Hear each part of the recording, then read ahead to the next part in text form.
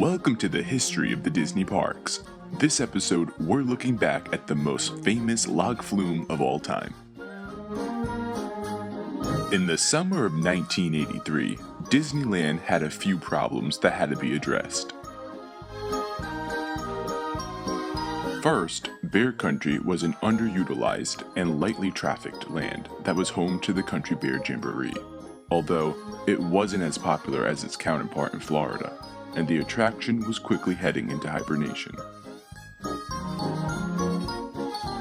Disneyland had a similar problem on the opposite side of the park, in Tomorrowland, where America Sings was playing to half-empty houses. America Sings replaced the Carousel of Progress. It was a patriotic show that celebrated America's bicentennial, but the public was quickly losing interest.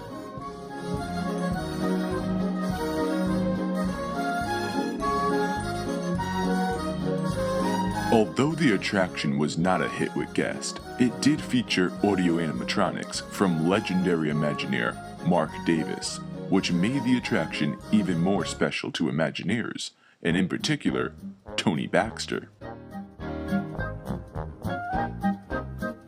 Dick Nunis was the president of Walt Disney Attractions at the time, and had been looking into a water ride for Disneyland. As Tony Baxter juggled ideas for rescuing Mark Davis's America Sings animatronics, he also had to figure out how to lure guests into Bear Country while answering Dick's request for a water ride. While waiting in traffic on his way to work, Tony's thoughts turned to one of the untapped resources in the Disney Library, the 1946 animated live-action classic, Song of the South.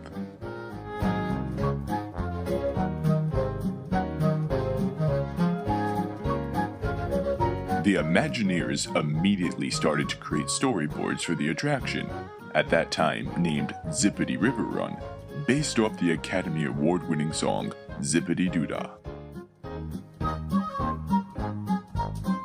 The outside of the attraction would be composed of the rolling green hills and red clay riverbanks of the Deep South, all overlooked by Chickapin Hill.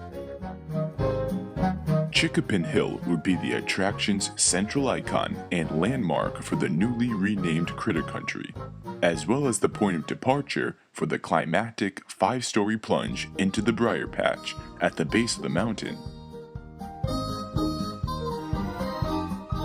When Tony Baxter and the rest of the Imagineers pitched the idea of Zippity River Run to then new CEO Michael Eisner, he was immediately on board, although not with the name.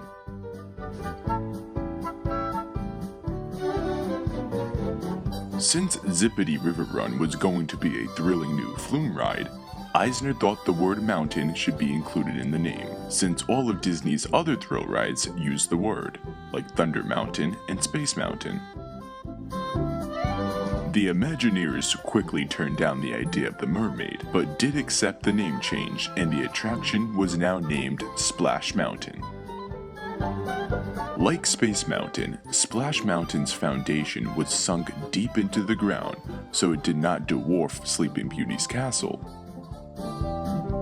As organic as Splash Mountain looks, almost the entire set is made out of cement, from the red clay riverbanks down to the watermelons.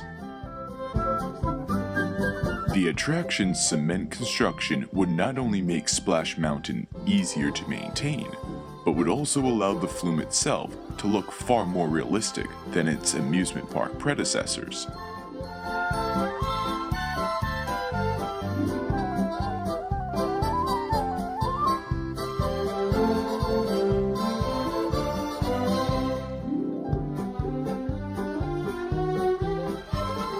Splash Mountain opened on July 17, 1989, and included the then record-setting 5-story, 47-degree plunge. The attraction was an instant success.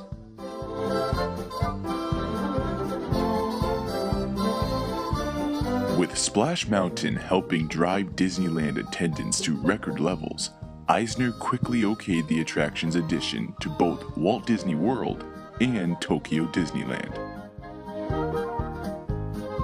Unlike Disneyland, the Magic Kingdom in Florida did not have a critter country, therefore, Frontierland would be its home instead. To fit Splash Mountain in the Magic Kingdom, the original Frontierland train station had to be moved, and the elevation of the area had to be reworked to give this massive attraction some breathing room.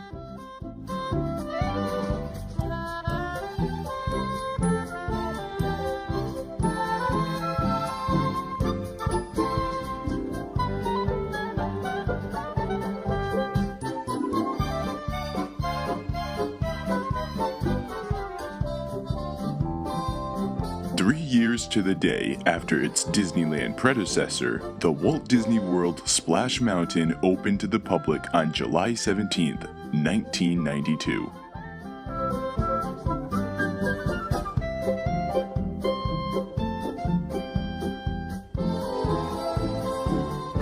Perhaps the most notable difference between Splash Mountain and Disneyland and the Magic Kingdom are the design of the actual logs.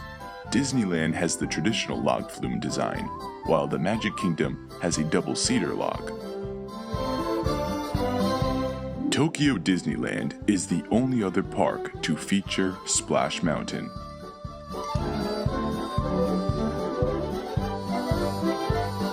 Although initially planned for the park, Disneyland Paris's Splash Mountain was cancelled due to budgetary concerns and the all too frequent frigid climate.